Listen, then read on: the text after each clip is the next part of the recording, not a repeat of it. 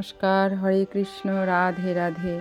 সকল ভক্তগণকে আমার কৃষ্ণ মহিমা শ্রী শ্রী মদন গোপাল জিও চ্যানেলে স্বাগত জানাই।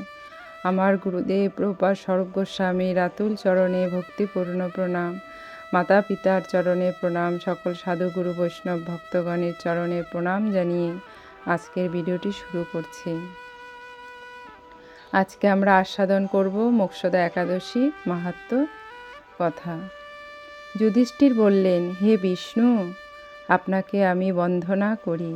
আপনি ত্রিলোকের সুখদায়ক, বিশেশ্বর, বিশ্বপালক ও পুরুষোত্তম। আমার একটি সংশয় আছে।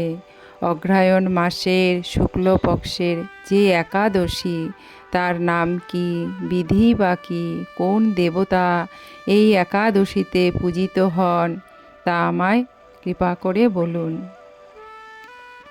শ্রীকৃষ্ণ বললেন, হে মহারাজ, আপনি উত্তম প্রশ্ন জিজ্ঞাসা করছেন, যার মাধ্যমে আপনার যশ চতুর্দিকে বিস্তৃত হবে।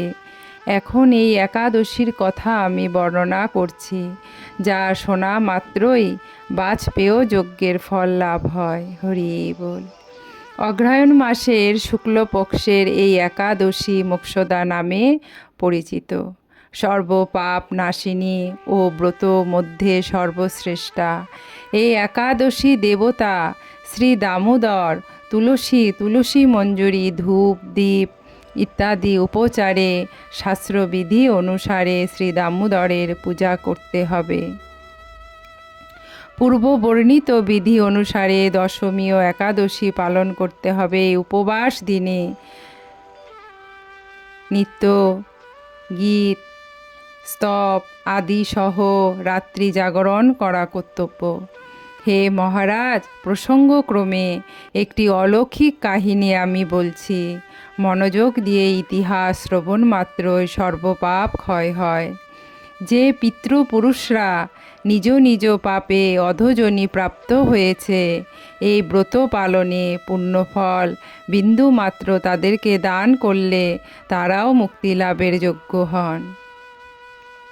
কোনো এক সময় মনোরম চম্পকনগরে বৈখানস নামে এক রাজা ছিলেন। তিনি ছিলেন সমস্ত বৈষ্ণব সদ্গুণে বিভূষিত। প্রজাদের তিনি পুত্রের মতো পালন করতেন। তার রাজ্য বহু বেদজ্ঞ ব্রাহ্মণ বাস করতেন। রাজ্যের সকলেই ছিল বেশ সমৃদ্ধশালী। একবার রাজা স্বপ্নে দেখলেন যে তার পিতা নরকে পতিত হয়েছেন। তা দেখে তিনি অত্যন্ত বিস্মিত হলেন। পরদিন ব্রাহ্মণদের ডেকে বলতে লাগলেন, হে ব্রাহ্মণগণ, গত রাত্রিতে স্বপ্নে নরক যাতনা পিতাকে কষ্ট পেতে দেখে আমার হৃদয় বিদীর্ণ হচ্ছে।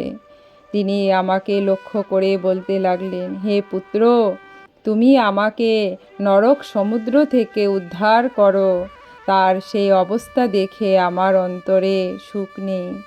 আমার এই বিশাল রাজ্য, স্ত্রী, পুত্র, কিছুতেই আমি শান্তি পাচ্ছি না। কি করি, কোথায় যাই, কিছুই বুঝে উঠতে পারছি না।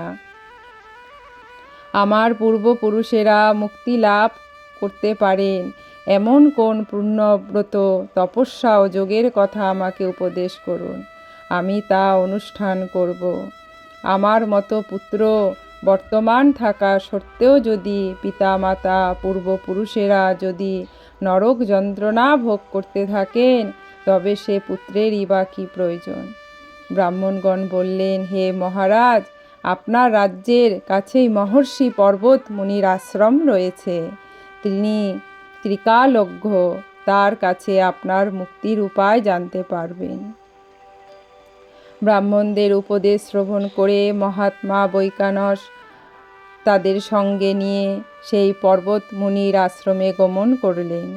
তার দূর থেকেই তারা ঋষিকে দেখতে ষষ্ঠাঙ্গ প্রণাম করে তার কাছে গেলেন। মুনিবর রাজার কুশল বার্তা জিজ্ঞাসা করলেন। রাজা বললেন, হে প্রভু, আপনার কৃপায় আমার সবই কুশল। তবে আমি একদিন স্বপ্নযোগে পিতার নরক যন্ত্রণা ও কাতর আর্তনাদ শুনে অত্যন্ত দুঃখিত ও চিন্তাগ্রস্ত হয়েছি। হে ঋষিবর, কোন পুণ্যের ফলে তিনি সেই দুর্দশা থেকে মুক্তি পাবেন তার উপায় জানতেই আপনার শরণাগত হয়েছি। রাজার কথা শুনে পর্বতমুনি কিছুক্ষণ ধ্যানস্থ হয়ে বললেন, হে মহারাজ, পূর্বজন্মে তোমার পিতা অত্যন্ত কামাচারী হওয়ায় তার এরকম অধোগতি লাভ হয়েছে। এখন এই পাপ থেকে মুক্তির উপায় বর্ণনা করছি।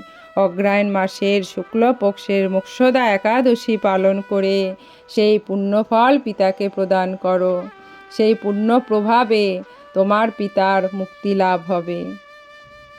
মুনির কথা শোনার পর রাজা নিজ গৃহে ফিরে এলেন। সেই পবিত্র তিথির আবির্ভাবে তিনি স্ত্রী পুত্রাদি সহ যথাবিধি মোক্ষদা একাদশী ব্রত পালন করলেন।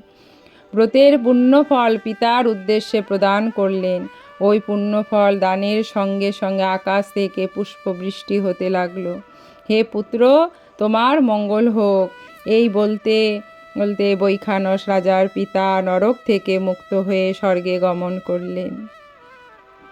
হে মহারাজ যুধিষ্ঠির, যে ব্যক্তি এই মঙ্গলদায়িনী মোক্ষদা একাদশী ব্রত পালন করে তার সমস্ত পাপ বিনষ্ট হয়, হরি বল, এবং মৃত্যুর পর মুক্তি লাভ করে। এই ব্রতের পূর্ণ সংখ্যা আমিও জানি না। চিন্তামণির মতো এই ব্রতটি আমার অত্যন্ত প্রিয়। এই ব্রত কথা যিনি পাঠ করেন, যিনি শ্রবণ করেন, উভয়ই বাজপেয় যজ্ঞের ফল প্রাপ্ত হন। হরি বল, রাধে রাধে। আপনারা সবাই ভালো থাকবেন গোবিন্দের কৃপায় আশীর্বাদে। আর ভিডিওতে লাইক শেয়ার সাবস্ক্রাইব করবেন। হরি বল, রাধে রাধে।